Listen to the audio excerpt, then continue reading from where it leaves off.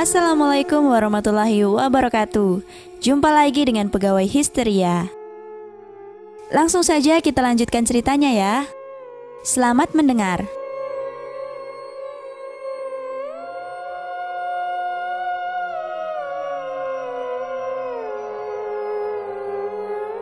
Putri membuka gagang pintu kamarnya perlahan, lalu melihat ke sana kemari. Wanita yang dilihatnya tadi sudah tidak ada lagi. "Ayo non, masuk," ajak Mbok Inah seraya menggeret koper milik Putri. "Iya Mbok," jawab Putri. Putri memegang beberapa perabotan di sana. Benar-benar tidak ada yang berubah sama sekali. Ia melihat foto ayah dan ibunya di sana. Tak terasa air matanya pun berlinang. "Non, jangan sedih ya. Kami semua di sini menyayangi Non. Jadi jangan merasa kesepian," ujar Mbok Inah menghibur Putri. "Iya Mbok, makasih ya udah ngebantu Putri selama ini. Makasih udah tetap menjaga kamar ini sama seperti dulu," ujar Putri seraya menghapus air matanya. "Iya Non, ya udah sekarang istirahat dulu ya. Pasti Non kecapean," ujar Mbok Inah sambil meninggalkan Putri sendirian. Putri merebahkan tubuhnya di ranjang. Kasur itu masih terasa hangat seperti dulu. Ia mengingat dulu di belakang rumah ada ayunan yang dibuat oleh ayahnya sendiri. Ia mencoba melihatnya dari jendela kamarnya. Betapa kagetnya dia, Putri melihat wanita yang tadi dilihat sedang bermain ayunan di situ. Putri bersembunyi di balik tirai jendela, lalu mengintip ke arah ayunan itu lagi. Tetapi wanita itu sudah lenyap entah kemana. Putri tahu bahwa sejak ia bangun dari koma, ia bisa melihat hal-hal seperti itu dan ia mulai terbiasa melihat mereka. Putri pernah mencari artikel tentang orang-orang yang bisa melihat arwah seperti dia. Di artikel itu mengatakan arwah-arwah itu jarang mengganggu manusia kecuali ada maksud tertentu, seperti meminta bantuan, menyampaikan pesan terakhir mereka. Tapi kadang ada juga arwah yang benar-benar jahat, karena mereka bisa saja merasuki manusia dan tak ingin keluar dari tubuhnya. Itulah yang ditakutkan Putri, maka dari itu ia sekarang berlatih untuk biasa saja ketika bertemu arwah-arwah seperti itu.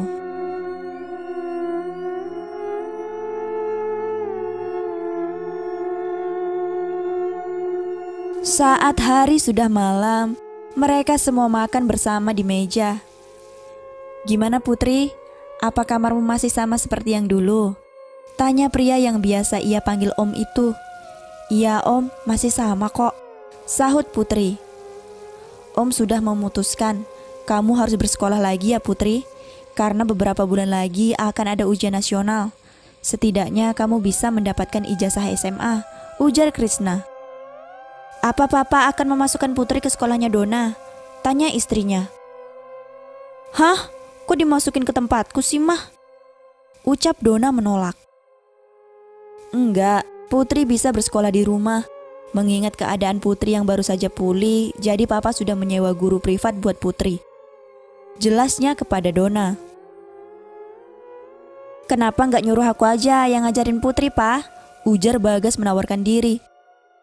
"Kamu kan sebentar lagi lulus, Gas, dan harus membantu Papa di rumah sakit. Kamu gak akan punya banyak waktu," ujar Krishna menjelaskan. "Iya Om, makasih karena udah merhatiin Putri selama ini," ujar Putri. "Jangan ngomong kayak gitu Putri, kita ini kan semua keluarga," sahut pria berumur 45 tahun itu.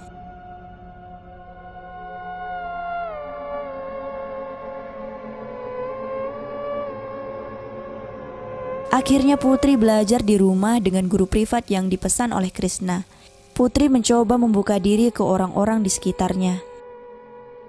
Saat ia belajar sendirian di belakang rumah, samar-samar Putri seperti diperhatikan seseorang. Ia melihat sebuah bayangan baru saja berjalan di belakangnya. "Siapa di sana?" "Mbok, Mbok Inah," teriak Putri memanggilnya. Karena tidak ada yang menyaut, Putri beranjak dari kursi, lalu masuk ke dalam rumah. Pintu kamar itu terbuka sedikit. Jadi ia berpikir pasti orang yang ia lihat tadi masuk ke situ. Belum sempat ia masuk, seseorang mengagetkannya. "Non, kenapa kok di sini?" tanya Mbok Ina seraya memegang pundak Putri. "Astagfirullah, Mbok, kaget saya," ucap Putri mengatur nafasnya lagi. Mbok Ina lalu menutup pintu itu. "Non, jangan pernah masuk ke kamar itu ya. Nanti Nyonya Besar bisa marah," ujar Mbok Ina memperingati. "Memangnya itu kamar apa, Mbok?" tanya Putri penasaran. "Mbok juga nggak tahu persis, Non. Tapi Nyonya bilang nggak ada yang boleh masuk ke sini, Non," jelasnya. "Tapi dulu bukannya di sini gudang ya, Mbok?" tanya Putri lagi. "Ayo Non, kita ke sana. Takut nanti Nyonya melihat kita," ujar Mbok Ina sambil menggiring Putri pergi dari sana. Putri pun pergi dengan rasa penasaran.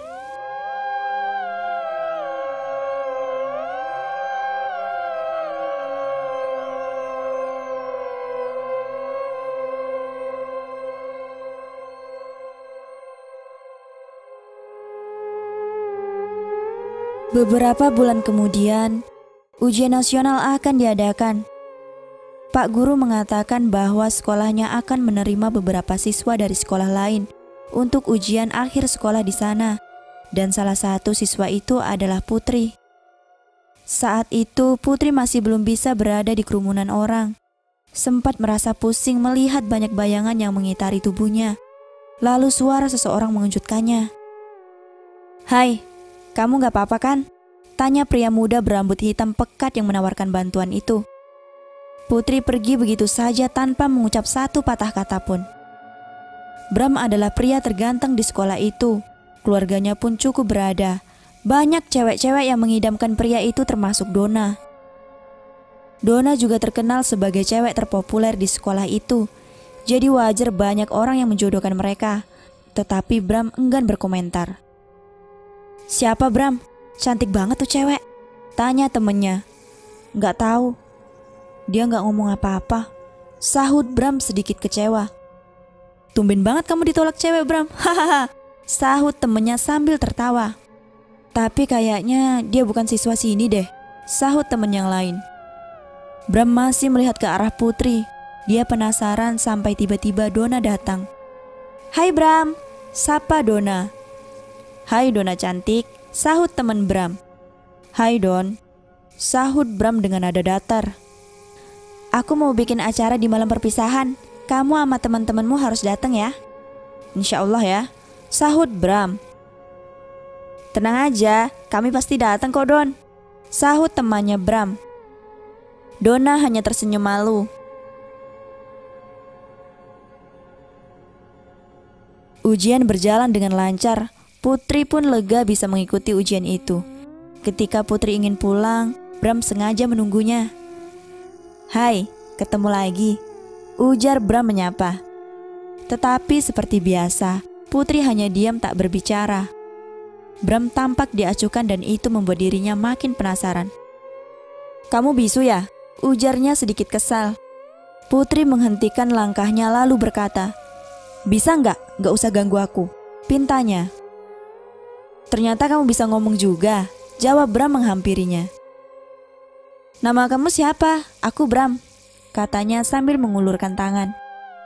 Putri hanya menatap dan tak menghiraukan pria itu. "Non Putri, Mang dari tadi nyariin Non. Kemana aja Non?" "Ayo pulang sekarang," pinta Mang Ujang yang datang menghampiri mereka.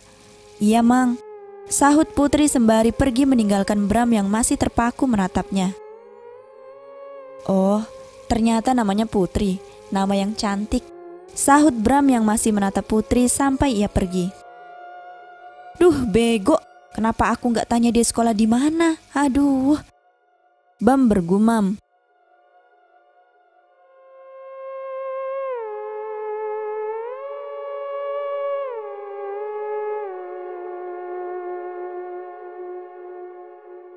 Malam perpisahan, pesta itu diadakan di sekolah.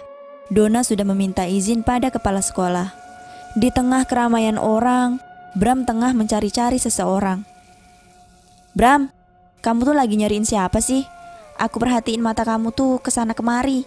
Tanya pria berambut keriting itu. Jangan-jangan nyariin Dona ya, ujar temannya yang lain. Bukanlah, sahut Bram. Oh, aku tahu. Pasti cewek yang kamu lihat pas di sekolah itu, ya kan? Ujar temannya menebak. Bram hanya mengangguk, tiba-tiba Dona datang. Bram, dansa yuk, ajak Dona. Aku lagi males nih, sahut Bram. Udah sana, ujar temannya sambil mendorong tubuh Bram. Akhirnya ia pun berdansa dengan Dona. Wanita itu menatap Bram dengan perasaan senang.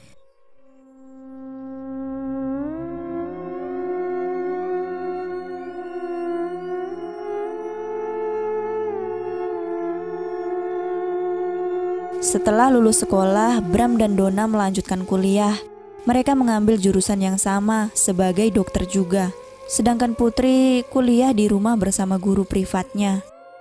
Karena kemampuan Putri menjadi dokter sudah terlihat sejak ia lulus sekolah, maka ia berencana mengelola klinik yang dulu ditempati mendiang ibunya. Krishna mengizinkan itu. Sudah saatnya Putri lebih terbuka dengan dunia luar. Suatu hari di klinik, terlihat suster sedang berbicara dengan nenek. Nenek, rumahnya di mana? Tanya wanita berbaju pink putih itu. Nenek lupa di mana ya? Ucap wanita tua berusia hampir 80 tahunan itu. Duh, gimana ini? Suster itu tampak cemas. Putri yang saat itu melihat mereka berjalan menghampiri. Ada apa ini, Sus? Oh, Dokter Putri, kebetulan nenek ini sepertinya lupa jalan pulang, Dok. Putri merunduk lalu bertanya pada nenek itu. Nenek, kesini mau ngapain ya? Tanya Putri seraya tersenyum padanya. Mau ketemu cucu nenek. Katanya nenek disuruh nunggu di sini, sahut wanita tua itu. Oh gitu ya. Di sisi lain, Santi kebingungan mencari neneknya yang hilang. Padahal hanya ditinggal sebentar nyuci piring. Beliau sudah tidak ada. Duh, kemana ya perginya nenek? Bram yang mendapat kabar dari Santi bahwa neneknya hilang langsung pulang ke rumah. Kenapa lagi, Kak? Kakak buat masalah apa lagi? Tanya Bram setengah emosi.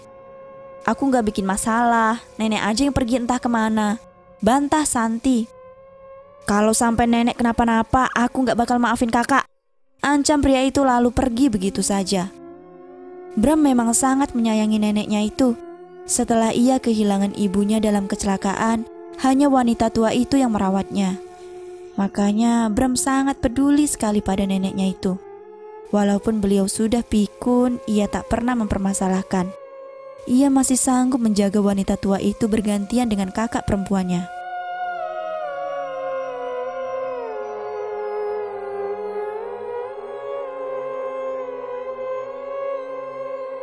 Putri melihat ponsel yang tergantung di leher nenek itu.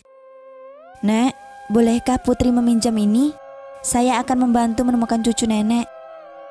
Nenek itu mengangguk dan memberikan ponsel yang tergantung di lehernya. Ternyata ponselnya belum dihidupkan.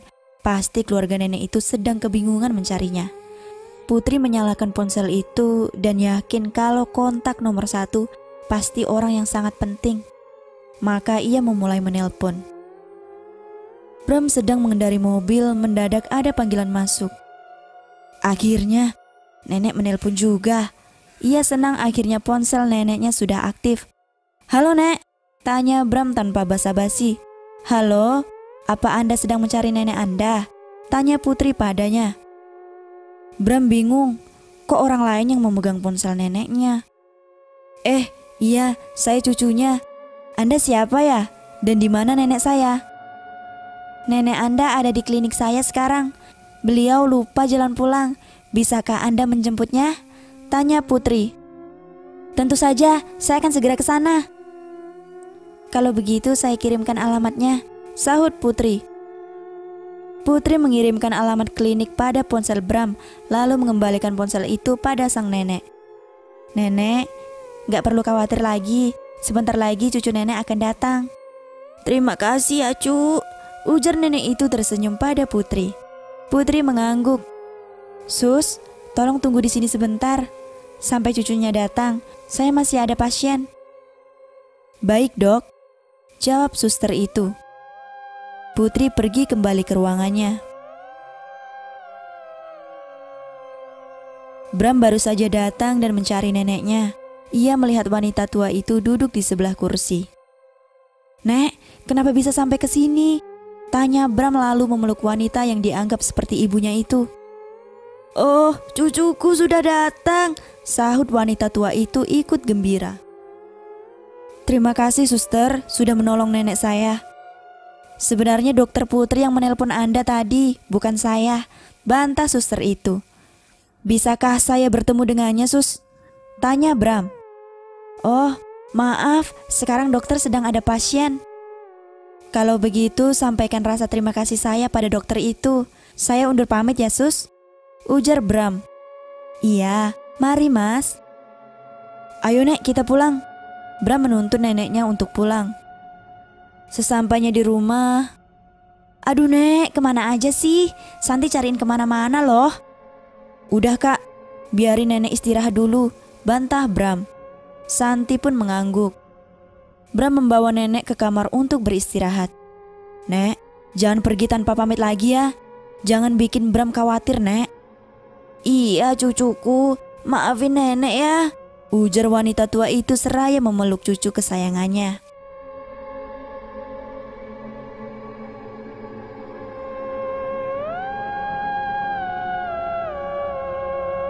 Hari itu Bram berulang tahun. Nenek ingin sekali memasak untuk cucu kesayangannya itu.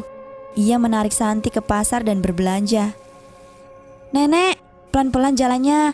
Gandeng tangan Santi ya, jangan sampai pergi sendiri, pinta Santi. Iya cu. Nenek dan Santi berbelanja banyak sekali.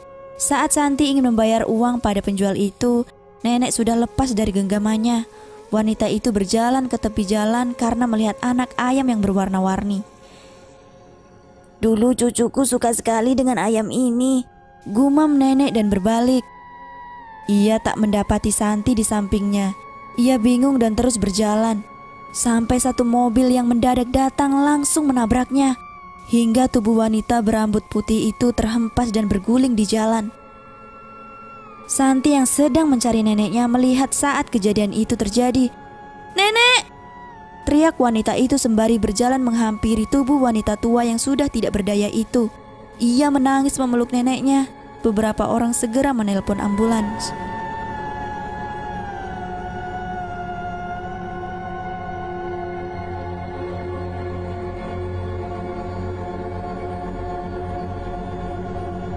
Donna dan teman-temannya sedang mengerjakan makalah di rumahnya. Bram juga ikut hadir. Ia sudah lama tak berkunjung ke rumah Donna setelah ibunya meninggal. Sylvie menyambut mereka semua. Silahkan masuk semuanya. Perkenalkan, aku mamanya Donna. Selamat pagi tante, sapa mereka semua.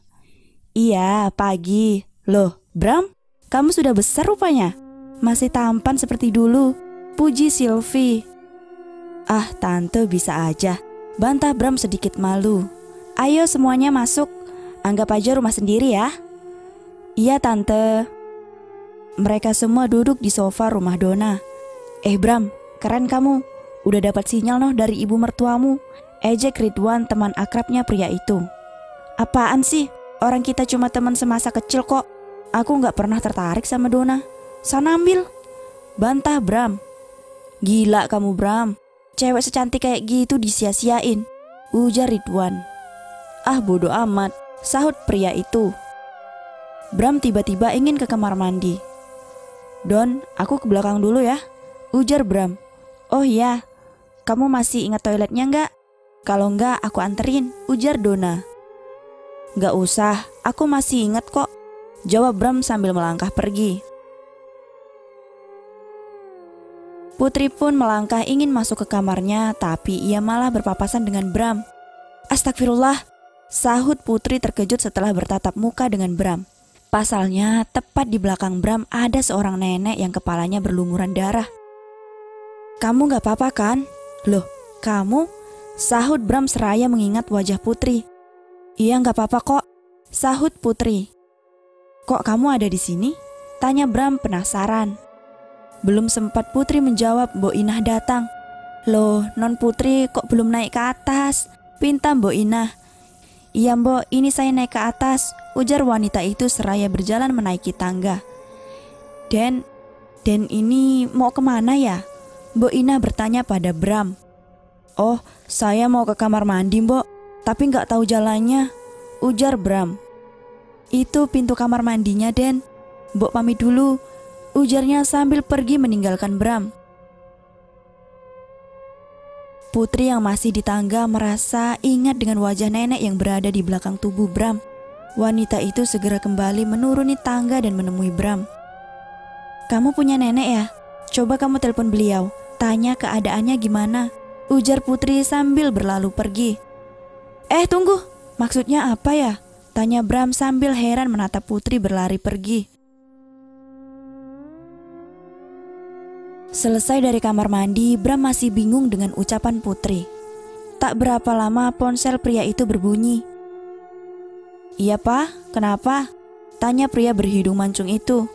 Bram, kamu cepat ke rumah sakit ya. Nenek kamu kecelakaan Bram, ujar ayahnya. Apa? Serius Pak? Yaudah, Bram kesana sekarang, ujar Bram tampak cemas. Dona mendengar teriakan Bram. Ada apa Bram? Tanya Dona. Aku harus ke rumah sakit sekarang. Nenekku mengalami kecelakaan. Aku pamit dulu ya teman-teman, ujar Bram seraya mengemasi barang-barangnya. Hah? Ya udah aku anterin kamu ya Bram, pinta Dona. Gak usah Don, kamu kerjain makalah aja. Besok kita ketemu di kampus ya. Bye semuanya, kata Bram berpamitan dan pergi dengan terburu-buru. Hati-hati bro, sahut Ridwan. Bram mengangguk dan berlalu pergi. Wah, kasihan si Bram. Setelah kematian ibunya, hanya nenek yang ia punya. Kalau sampai neneknya meninggal, dia bakal kesepian, pungkas Ridwan, pria berkacamata itu. Bukannya Bram masih punya kakak perempuan ya? Ujar Clara teman Dona. Dia mah gak bisa dipanggil perempuan, berandalan aja pantesnya. Dia kan jarang pulang dan kerjaannya ngeband mulu sama temen-temennya, ujar Ridwan.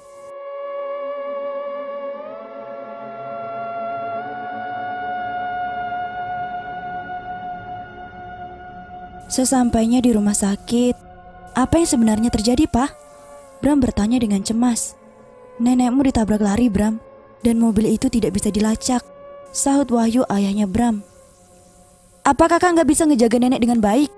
Kenapa nenek bisa di jalan raya, hah? Bram membentak kakaknya itu. Nenek ingin pergi ke pasar membuat makanan enak untukmu, karena tahu besok ulang tahunmu. Tapi pas kakak ngasih uang ke pembeli itu, nenek malah pergi ke jalan raya. Dan tiba-tiba ada mobil yang nabrak nenek, ujar Santi ikut merasa sedih. Sudahlah, kalian ini jangan bertengkar. Ini di rumah sakit, memang ini sudah suratan takdir. Kita semua bisa apa? Ujar Wahyu yang menenangkan kedua anaknya. Seorang dokter keluar dari UGD. Bagaimana keadaan ibu saya dok? Tanya Wahyu seraya cemas. Kami sudah berusaha semaksimal mungkin, tapi karena pasien kehilangan banyak darah, pasien menghembuskan nafas terakhirnya. Maafkan kami, ujar dokter itu dan berlalu pergi. Bram sangat terpukul. Nenek, gak mungkin nenek pergi seperti ini nek. Jangan tinggalin Bram sendiri, teriak Bram sambil menangis dan berlutut di lantai. Santi berusaha menenangkannya.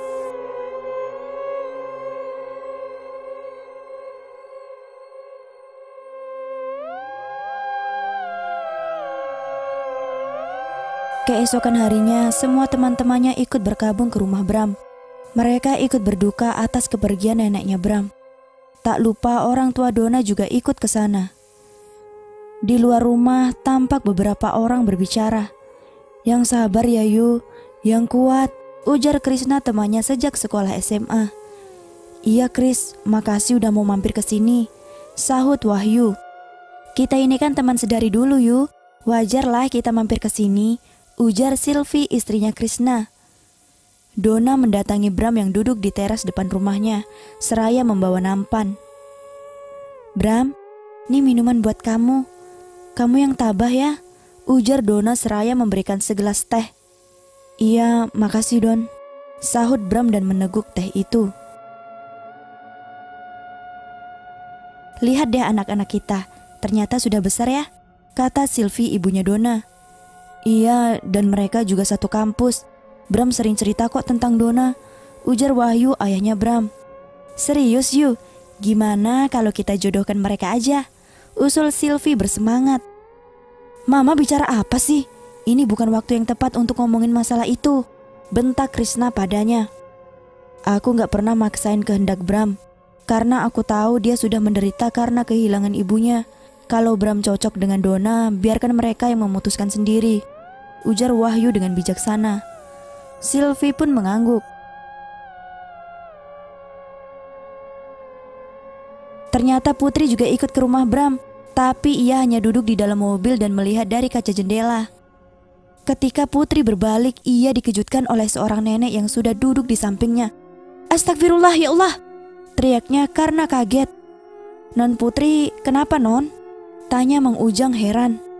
Mang, saya keluar bentar ya, sahut Putri sambil keluar dari mobil. Iya non. Putri berjalan menjauhi mobil itu, tapi sosok nenek itu masih saja mengikutinya.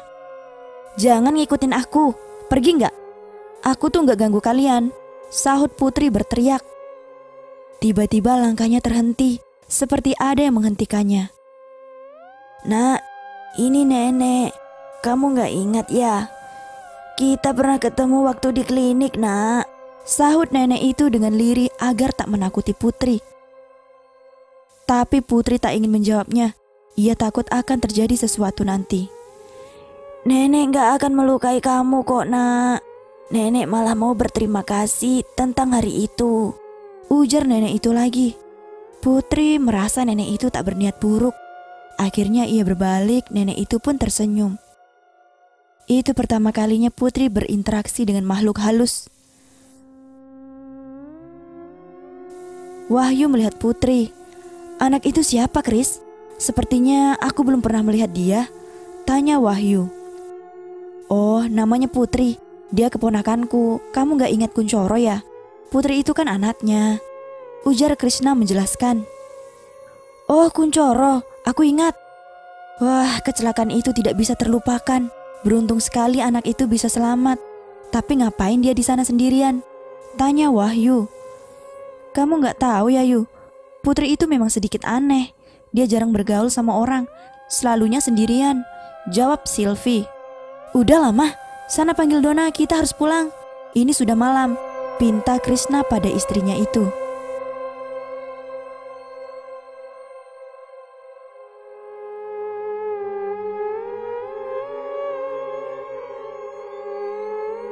Di tempat lain, Bram melihat Putri sedang berjalan menuju parkiran mobil. Don, aku tinggal bentar ya, ucapnya seraya beranjak dari kursi. Bram meninggalkan Donna dan mendatangi Putri. Ia menarik tangan Putri dan menghentikan langkahnya. Tunggu, ujar Bram. Lepasin gak? Putri tampak tak suka tangannya dipegang Bram. Lalu Bram pun melepaskan genggaman tangannya. Maaf, aku gak berniat nyakitin kamu. Aku cuma mau tanya dari mana kamu tahu kalau aku punya nenek, tanya Bram penasaran. Putri melirik nenek yang masih ada di belakang Bram. Aku cuma nebak aja kok, jawab Putri sambil masuk ke dalam mobil. Tunggu, aku belum selesai ngomong. Bram tetap ngotot. Donna menyusulnya. Bram, ada apa ini? Tanya Donna penasaran melihat mereka berdua berargumen. Putri menurunkan kaca mobilnya. Don, bilangin Om sama Tante aku pulang duluan ya. Sampai ketemu di rumah, ujar Putri dan berlalu pergi. Bram tampak sangat kecewa. Apa kalian udah saling kenal, Bram? Don, Putri itu siapa? Kenapa bisa tinggal serumah sama kamu? Tanya Bram balik tanpa menjawab pertanyaan Donna sebelumnya. Dia sepupuku, tapi ngomong-ngomong, dari mana kamu bisa kenal sama Putri? Dulu kami sempat ketemu waktu UAS dan sejak itu kita nggak pernah ketemu lagi. Kamu tahu nggak sekarang dia kuliah di mana, Don? Dia nggak kuliah kok. Dia kerja di klinik yang di dekat gang rumahku. Oh gitu. Kenapa emangnya? Gak apa-apa kok, Don. Sylvie mendatangi mereka berdua. Ngapain kalian di sini? Mama? Kami gak ngapa-ngapain kok, Tante. Kalian sudah mau pulang ya? Tanya Bram. Iya nak Bram, kapan-kapan kita ketemu lagi ya. Ayo Dona, ucap Sylvie seraya menarik tangan anak perempuannya. Bram, aku pulang dulu ya. Iya, makasih untuk hari ini, ujar Bram.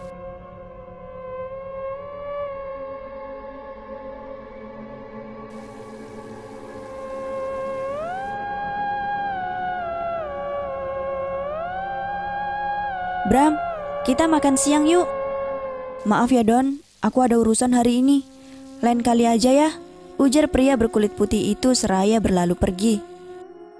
Gila tuh anak, dengan pedenya nolak ajakan kamu Don. Di kampus ini tuh gak ada cowok yang berani nolak ajakan kamu. Umpat Clara geram melihat sikap Bram. Justru itu, aku makin suka sama Bram, karena dia gak gampangan. Sahut Donna tersenyum sinis. Tapi kayaknya Bram gak ada rasa sedikit pun sama kamu Don. Suatu hari nanti aku pasti bisa bikin dia jatuh hati ke pelukanku. Tunggu aja tanggal mainnya, sahutnya bersemangat.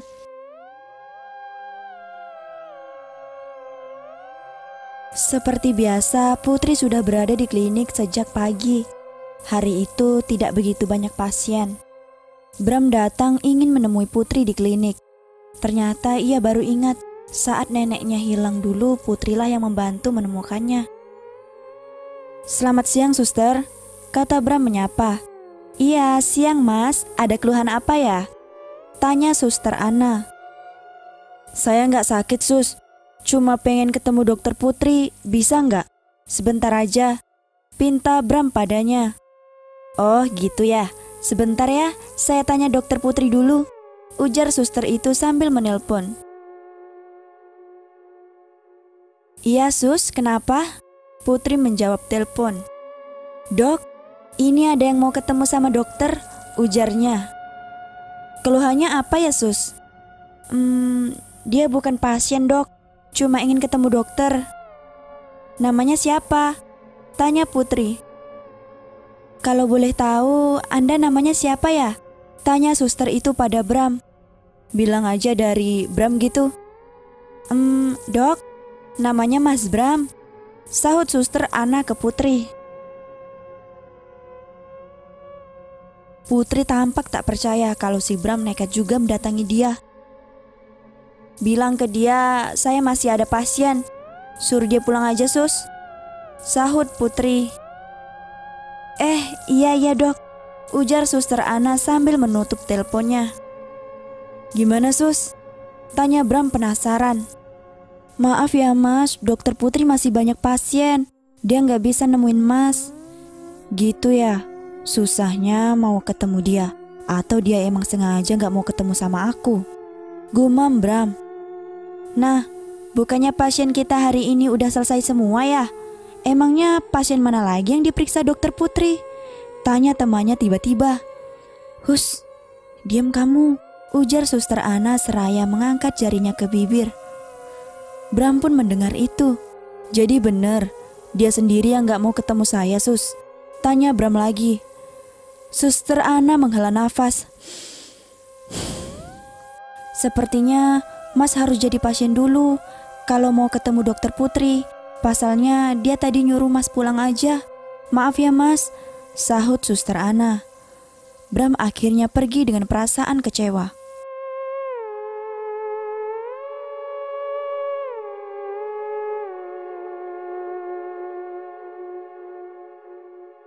Putri pergi ke kamar mandi sebentar, lalu kembali ke ruangannya. Ketika ia melewati resepsionis, tampak para suster itu sedang menggunjingnya, tetapi ia tak memperdulikan, lalu kembali masuk ke ruangannya.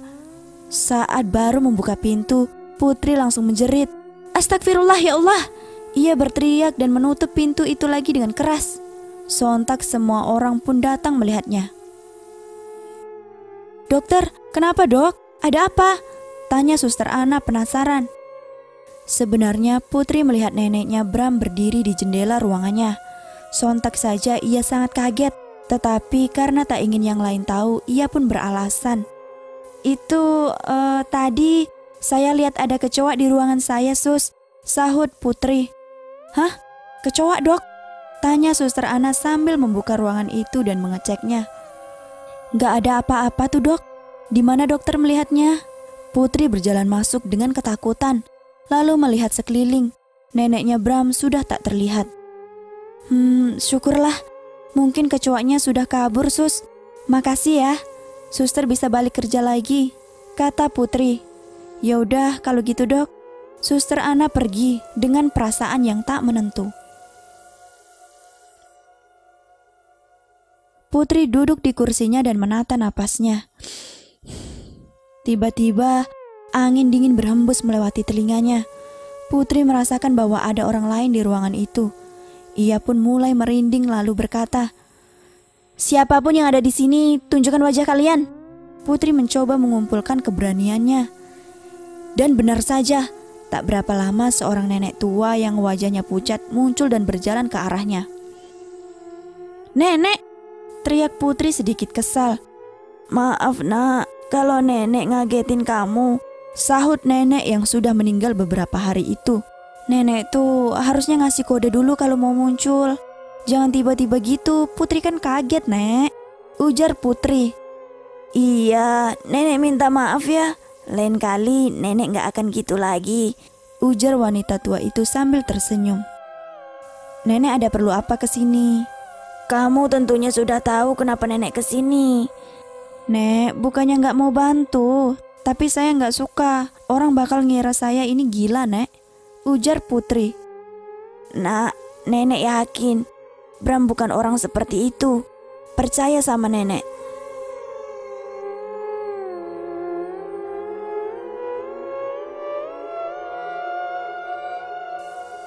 Kira-kira Putri mau gak ya bantuin nenek itu? Dan apakah Bram punya rencana agar bisa bertemu dengan Putri? Tetap terus pantengin channel ini ya kawan.